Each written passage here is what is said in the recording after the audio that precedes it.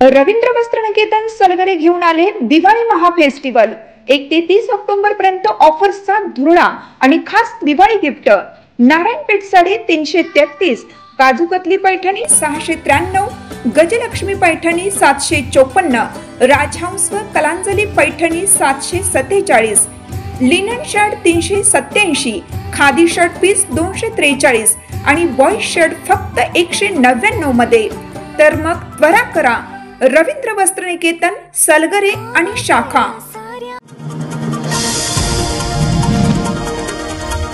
कोट्यवधी रुपयांच्या बनावट नोटा छापून त्या चलनात आणणाऱ्या मोठ्या रॅकेटचा पर्दाफाश करत पोलिसांनी कारखानाच उद्ध्वस्त केला। या प्रकरणी बनावट नोटा छापणाऱ्या 5 जणांच्या मुसक्या आवळत त्यांच्याकडून 1,11,06,900 रुपयांचा मुद्देमाल जप्त केलाय।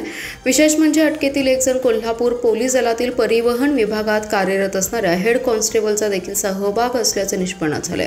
महात्मा गांधी पोलीस ठाण्याचे प्रभारी संदीप शिंदे यांनी स्थानिक स्वराज्य संस्थेच्या निवडणुकीच्या पार्श्वभूमीवर केलेल्या या मोठ्या कारवाईमुळे खळबळ उडाली आहे। राहुल राजाराम जाधव, हेड कॉन्स्टेबल इब्राम आदम इनामदार, नरेंद्र जगन्नाथ शिंदे आणि सिद्धेश जगदीश म्हात्रे अशी अटक केलेल्यांची नावे आहेत। मिरज गांधी चौकी पोलिसांना मिरजेतील निलजी पामणी रोडवरील पुलाखाली एक व्यक्ती बनावट नोटा विक्रीसाठी आल्याची माहिती मिळाली। त्यानुसार सापळा रचून सुप्रीत देसाई याला ताब्यात घेतलं। त्याच्याकडून 500 रुपयांच्या 42,000 रुपये किमतीच्या 84 बनावट नोटा मिळाल्या। त्याच्याकडे कसून चौकशी केली असता त्याने इतर संशयितांची नावे सांगितली। यानंतर राहुल जाधव याच्या कोल्हापूर येथील रुईकल कॉलनी येथील बनावट नोटा तयार करणाऱ्यावर छापा टाकून त्याला ताब्यात घेतलं। त्या ठिकाणाहून 500 रुपये मूल्याच्या चलनी नोटांसारख्या हुबेहूब दिसणाऱ्या 34,000 रुपये किमतीच्या 68 बनावट नोटा आणि सदर बनावट नोटांची छपाई करण्यासाठी वापरण्यात येणारे लॅपटॉप, प्रिंटर आणि इतर साहित्य मिळून आलं। तर इब्राम आदम इनामदार आणि नरेंद्र शिंदे, सिद्धेश म्हात्रे यांना पेठ नाका ते कासेगाव दरम्यान दोघांना ताब्यात घेतले। या संशयितांकडून 500 आणि 200 रुपयांच्या 98 लाखांच्या बनावट नोटा, लॅपटॉप, प्रिंटर आणि इतर साहित्य, इनोव्हा कार असा एकूण 1,11,06,900 रुपयांचा मुद्देमाल जप्त केलाय।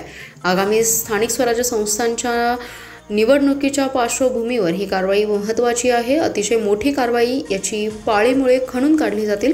नागरिकांनीही सजग राहणं गरजेचं आहे। चलनात बनावट 500 रुपयांची नोट असल्याचे लक्षात आलं होतं। एका आरोपीस अटक करून त्याची चौकशी केली असत सर्व काही उघडकीस आले। राहुल जाधव हा सराईत गुन्हेगार असून त्याच्यावर अनेक पोलीस ठाण्यात गुन्हे दाखल आहेत अशी माहिती पत्रकार बैठकीत पोलीस अधीक्षक संदीप घुगे यांनी दिली आहे। कोल्हापूर रस्ता रुंदीकरणासाठी महापालिकेने भारत भीम ज्योतिराम दादा कुस्ती आखाड्याच्या समोरील अतिक्रमणांवर हातोडा घातला। या कारवाईला राजकीय नेते आणि खोकीधारकांनी विरोध करण्याचा प्रयत्न केला, पण आयुक्तांनी कारवाई थांबवण्यास नकार दिल्याने या परिसरातील अतिक्रमणे हटवण्यात आली। कोल्हापूर रस्ता रुंदीकरणाचं काम हाती घेण्यात आले। जिल्हाधिकाऱ्यांनी या रस्त्यावरील अतिक्रमणे हटवण्याचे आदेश दिले होते। अतिक्रमण आणि जलवाहिनी स्थलांतरणासाठी बांधकाम विभागाने महापालिकेशी व्यवहार केला।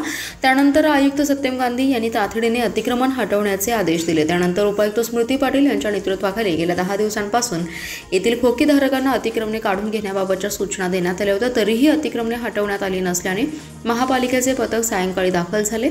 भारत भीम ज्योतिराम दादा कुस्ती आखाड्याच्या समोरील अतिक्रमणे जेसीबीच्या सहाय्याने जमीनदोस्त करण्यात आली। यावेळी उपायुक्त स्मृती पाटील यांच्यासह पथक दाखल होते। जिल्हाधिकाऱ्यांच्या सूचनेनंतर 35 मीटर रुंदीने रेखांकनाचं काम पूर्ण झाले। त्या ठिकाणी अनेक अतिक्रमणे दिसून आले। त्यात खोकी, हॉटेल्सचे पार्किंगसह अनेक अतिक्रमणे आहेत। ती सारी जमीनदोस्त केली जाणार आहेत। या कारवाईला काही राजकीय नेत्यांनी विरोध करण्याचा प्रयत्न केला, मात्र आयुक्तांनी ही कारवाई न थांबवण्याच्या सूचना अधिकाऱ्यांना दिल्या, त्यामुळे अधिकाऱ्यांनी कारवाई केली। महापालिकेच्या निवडणुकीसाठी तयार करण्यात आलेल्या प्रारूप प्रभाग रचनेवरील सुमारे 129 हरकती राज्य निवडणूक आयोगाने मान्य केल्या आहेत। त्यामध्ये कुपवाड प्रभाग क्रमांक 2, 3 आणि 8चा समावेश आहे। तर 32 हरकती अंशतः मान्य केल्या आहेत। तर 68 हरकती फेटाळल्या आहेत। त्यानुसार अंतिम प्रभाग रचना आणि नकाशे 5 ठिकाणी प्रसिद्ध करण्यात आले आहेत। महापालिकेच्या सार्वत्रिक निवडणुकीसाठी प्रारूप प्रभाग रचना तयार केली होती। त्यावर विहित मुदतीत सूचना आणि हरकती मागवण्यात आल्या होत्या। सुमारे 229 सूचना व हरकती प्रशासनाकडे प्राप्त झाल्या होत्या। मिरज पंढरपूर रोडवरील मगदुममाळा नवनाथ नगर हा परिसर प्रभाग क्रमांक 2 मधून वगळून मिरजेतील प्रभाग क्रमांक 3 ला जोडावा यासाठी तब्बल 117 हरकती दाखल झाल्या होत्या। प्रारूप रचनेत प्रभाग क्रमांक 8 मध्ये समाविष्ट केलेला कुपवाड गावठाणचा भाग हा 2018च्या निवडणुकीप्रमाणे प्रभाग क्रमांक 2 मध्ये समाविष्ट करावा अशा मागणीच्या हरकतीही मोठ्या प्रमाणात आल्या होत्या। दाखल झालेल्या हरकतींवर सुनावणी झाली होती. त्याचा अहवाल राज्य निवडणूक आयोगाकडे गेला होता. त्यानुसार अंतिम प्रभाग रचना करताना बदल करण्यात आलाय. प्रभाग क्रमांक 2, प्रभाग क्रमांक 3 आणि प्रभाग क्रमांक 8 मध्ये अंतिम रचनेत बदल झालेत. विट्यातील एका उद्योजकाला ब्लॅक करन्सी युरो या विदेशी चलनाच्या नावाखाली गंडा घालणाऱ्या विदेशी आरोपीला कोर्टाने 7 वर्ष सक्त मजुरीची शिक्षा सुनावली आहे. जय भवानी कन्स्ट्रक्शन येथे येऊन सचिन लोटके यांच्यासह त्यांच्या मित्राला तब्बल 84 लाखांचा गंडा घातल्याप्रकरणी ही शिक्षा सुनावण्यात आली. नायबिया देशातील मार्क विल्यम उर्फ इसाई किम्पनगेतीज मुथाय उर्फ अंथोनी ओयोमिना आणि इतर 2 आरोपींनी फिर्यादी सचिन लोटके हा काम करत असलेल्या जय भवानी कन्स्ट्रक्शनमध्ये येऊन आम्हास गुंतवणूक करायची असं सांगून फिर्यादी सचिन लोटके यांचा विश्वास संपादन केला. त्यानंतर त्याच्याकडे असलेले 27 कोटी ब्लॅक करन्सी युरो या विदेशी चलनात रूपांतरित करून त्यानंतर भारतीय रुपयामध्ये एक्सचेंज करून तो पैसा आपल्याकडे गुंतवणूक करणार आहे असं सांगितलं. या रूपांतरित करण्यासाठी लागणाऱ्या प्रक्रियेसाठी 27 कोटीची ब्लॅक करन्सीवर लावण्याकरिता लागणारे लिक्विड ओरिजिनल 500 युरो चलन असणारे 120 नोटा आणि त्यासाठी black currency global security office Bangalore येथून रिलीज करण्यासाठी आणि सर्व प्रक्रिया केल्यानंतर काळ्या कागदाचे ठेवण्यासाठी लागणाऱ्या लॉकरसाठी 84,80,000 रुपये फिर्यादी सचिन लोटके आणि त्यांच्या मित्राकडून वेळोवेळी घेतले. आरोपींनी दिलेले साहित्य बनावट असल्याचे फिर्यादी लोटके यांना समजल्यानंतर विट्यात फसवणुकीचा गुन्हा दाखल करण्यात आला. या प्रकरणी तत्कालीन सहाय्यक पोलीस निरीक्षक नानासाहेब सावंत यांनी आरोपीला अटक करून सबळ पुरावा उपलब्ध करून अतिरिक्त जिल्हा व सत्र न्यायालयात दोषारोप पत्र दाखल केलं. त्यानुसार आज अतिरिक्त जिल्हा व सत्र न्यायाधीश R. भागवत यांनी या प्रकरणी मोठी शिक्षा सुनावली आहे. जिल्ह्यातील फळांवर प्रक्रिया करून सांगली जिल्ह्याचा एक ब्रँड निर्माण करावा, त्यासाठी शासकीय योजनांची मदत घ्यावी. चांगल्या दर्जाचे प्रक्रियायुक्त पदार्थ ग्राहकांना देण्याच्या उपक्रमाला सदैव पाठिंबा राहील असे प्रतिपादन जिल्हाधिकारी अशोक काकडे यांनी केले. कुपवाड येथे फळे आणि कृषी मालावरील मूल्यवर्धनाच्या संधी आणि महत्त्व आणि बचत गटातील महिलांना व्यवसायाच्या नवीन संधी या कार्यक्रमाच्या अध्यक्षस्थानावरून ते बोलत होते. यावेळी महिला आर्थिक विकास महामंडळाचे वरिष्ठ जिल्हा समन्वय अधिकारी कुंदन शिनगारे, युनिटच्या प्रमुख मिनल भोसले आणि प्रतापराव भोसले, प्रतापराव पाटील, बचत गटातील महिला आणि नागरिक उपस्थित होते. यावेळी जिल्हाधिकारी अशोक काकडे यांनी महिला उद्योजकांच्या मालाची विक्री आणि शहरातील बाजारपेठेची अडचण सोडवण्यासाठी डिजिटल मार्केटिंग प्लॅटफॉर्मवर काम कसे सोपे होईल याबाबत सांगितलं. त्यासाठी लगेचच खरेदीदार विक्रेत्यांच्या बैठकीचे जिल्हाधिकारी कार्यालयातच आयोजन तात्काळ करण्याच्या सूचना त्यांनी संबंधित विभागांना यावेळी दिल्या. उत्पादकांच्या पॅकिंगवर आमची सांगली आमचा अभिमान हे ब्रीदवाक्य त्यांनी यावेळी सुचवलं. कुंदन शिनगारे यांनी महिला आर्थिक विकास महामंडळाच्या जिल्ह्यातील सुरू असलेल्या बचत गटांच्या उपक्रमांची आणि प्रकल्पांची माहिती विशद केली. फळ प्रक्रिया, कौशल्य प्रशिक्षण यामध्ये महिलांच्या माध्यमातून छोट्या मोठ्या व्यवसायाची वृद्धी करता येण्याची जिल्ह्याची प्रचंड क्षमता असल्याचंही ते यावेळी म्हणाले. शिवसेना उद्धव बाळासाहेब ठाकरे हा महाविकास आघाडीतील प्रमुख घटक पक्ष आहे. आगामी जिल्हा परिषद, पंचायत समिती, नगरपालिका, नगरपंचायत, महापालिका निवडणुकींमध्ये आघाडीच्या नेत्यांनी शिवसेनेला विश्वासात घ्यावे, सन्मानजनक जागा द्याव्यात, अन्यथा स्वबळावर लढू, प्रत्येक ठिकाणी ताकदीने उमेदवार उभे करू असा इशारा ठाकरे गटाचे सांगली जिल्हा प्रमुख विशाल सिंग राजपूत यांनी दिलाय. दरम्यान लवकरच सांगलीत वरिष्ठ नेत्यांच्या उपस्थितीत मेळावा घेणार असल्याचेही राजपूत यांनी यावेळी बोलताना सांगितले. राजपूत म्हणाले, स्थानिक स्वराज्य संस्थांच्या निवडणुकांचं पडघम वाजू लागले. शिवसेनेची ही निवडणूक लढवण्याची तयारी पूर्ण झाली आहे. तुल्यबळ उमेदवारांची चाचपणी सुरू आहे. गटप्रमुख, बूथ प्रमुख, शाखा प्रमुखांसह सर्व पदाधिकाऱ्यांनी संघटनात्मक बांधणी भक्कम केली आहे. महाविकास आघाडीतील प्रमुख पक्ष असल्याने आघाडीतील नेत्यांशी चर्चा केली जाईलच, पण शिवसेनेला सन्मानजनक जागा मिळाव्यात, अन्यथा सर्व स्थानिक स्वराज्य संस्थांच्या निवडणुकात शिवसेना स्वबळावर लढेल. गतवेळी सांगली, मिरज आणि कुपवाड शहर महापालिकेची निवडणूक शिवसेनेने ताकदीने लढवली होती. महापालिका क्षेत्रात 57 जागांवर उमेदवार उभे केले होते. जनतेने शिवसेनेच्या पारड्यात 50,000हून अधिक मतदान टाकलं होतं. याच जोरावर शिवसेना निवडणुकीला सामोरी जाईल असं ते म्हणाले. सरकारकडून अंगणवाडी कर्मचाऱ्यांच्या भाऊबीजेपोटी 1 कोटी रुपयांचा निधी जिल्ह्याला प्राप्त झाला आहे. कर्मचाऱ्यांच्या बँक खात्यात तो मंगळवारपासून जमा केला जाणार आहे. अंगणवाडी सेविका आणि मदतनीसांना प्रत्येकी 2,000 रुपयांची भाऊबीज दिली जाणार आहे. मंगळवारपासून कर्मचाऱ्यांच्या खात्यावर रक्कम जमा करण्यात येणार असल्याचे प्रशासनाच्या वतीने सांगण्यात आले. महिला बालविकास विभागाकडून दरवर्षी दिवाळीनंतरच भाऊबीज मिळते असा कर्मचाऱ्यांचा अनुभव आहे, पण यंदा मात्र दिवाळीपूर्वीच शासनाने पैसे देऊ केलेत. राज्य सरकारच्या अनेक योजना निधी अभावी रखडल्या जात असतानाही अंगणवाडी कर्मचाऱ्यांच्या भाऊबीजेसाठी मात्र तरतूद करण्याची तत्परता शासनाने दाखवली आहे। जिल्ह्यात 2703 अंगणवाडी सेविका आहेत तर 2250 मदतनीस आहेत। एकूण 4953 जणींच्या खात्यात प्रत्येकी 2000 रुपये जमा केले जाणार असून एकूण 99,06,000 रुपयांची रक्कम मंगळवारपासून कर्मचाऱ्यांच्या बँक खात्यात जमा व्हायला सुरुवात होणार आहे। जिल्हा परिषदेत महिला व बालकल्याण विभागात निधी वर्ग करण्यात प्रक्रिया ही गतीने सुरू करण्यात आली आहे। राज्यातील 1,10,000हून अधिक अंगणवाडी सेविका आणि मदतनीसांना भाऊबीज देण्यात येते। त्यासाठी 40,61,00,000 रुपयांचा निधी मंजूर करण्यात आलाय।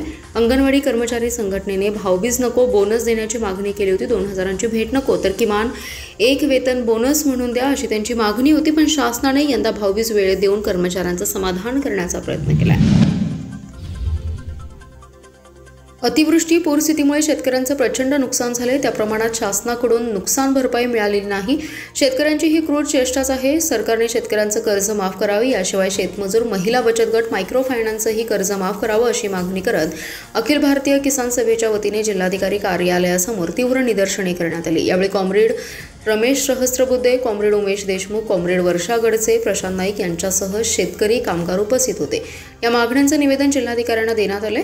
अतिवृष्टी पूरग्रस्त शेतकऱ्यांसाठी शासनाने 31,000 कोटींच्या मदतीचं पॅकेज जाहीर केले। यापैकी बहुतांशी रक्कम ही यापूर्वी जाहीर केलेल्या वेगवेगळ्या योजनांची बेरीज असून 31,628 कोटी रुपयांपैकी केवळ रब्बी हंगाम उभा करण्यासाठी देऊ केलेले 6,500 कोटी रुपये नवी तरतूद आहे। पॅकेजमध्ये पीक विमा योजनेअंतर्गत शेतकऱ्यांना मिळणाऱ्या संभाव्य भरपाईचा समावेश करण्यात आलाय।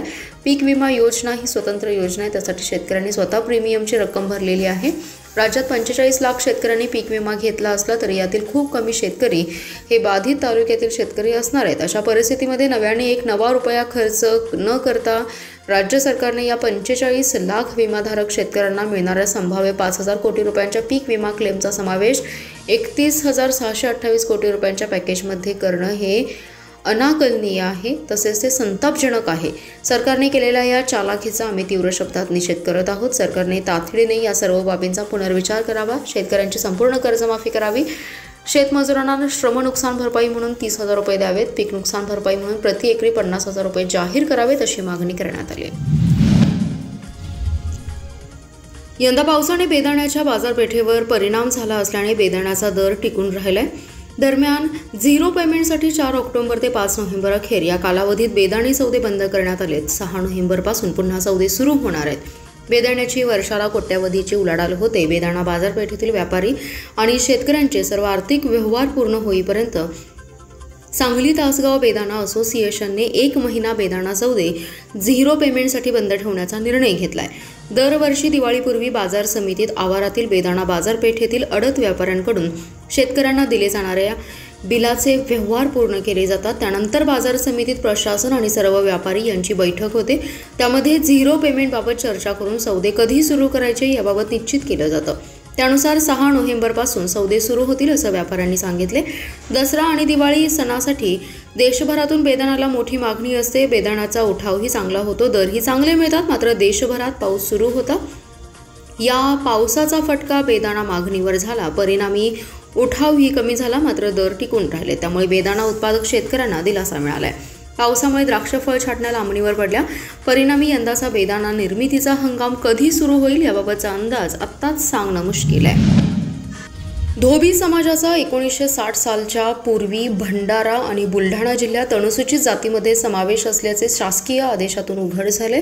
1960 साली महाराष्ट्र राज्याची निर्मिती झाल्याने हे दोन्ही जिल्हे ओबीसीमध्ये टाकण्यात आले। त्यामुळे दोन्ही जिल्ह्याचा पूर्ववत अनुसूचित जातीमध्ये समावेश करून अनुसूचित जाती जमाती कायद्याअंतर्गत अंमलबजावणी करून परीट समाजाला न्याय द्यावा अशी मागणी सांगलीतील महाराष्ट्र राज्य परीट सेवा मंडळाच्या वतीने करण्यात आली। याबाबत मंडळाच्या शिष्टमंडळाने जिल्हाधिकाऱ्यांना निवेदन दिले। जिल्हाध्यक्ष विलास गायकवाड यांच्या नेतृत्वाखाली हे आंदोलन करण्यात आलं। धोबी समाजाचे सामाजिक, धार्मिक आणि राजनैतिक क्षेत्रात शोषण झाले। धोबी समाजात फूट पाडण्याचं काम सरकारने केले।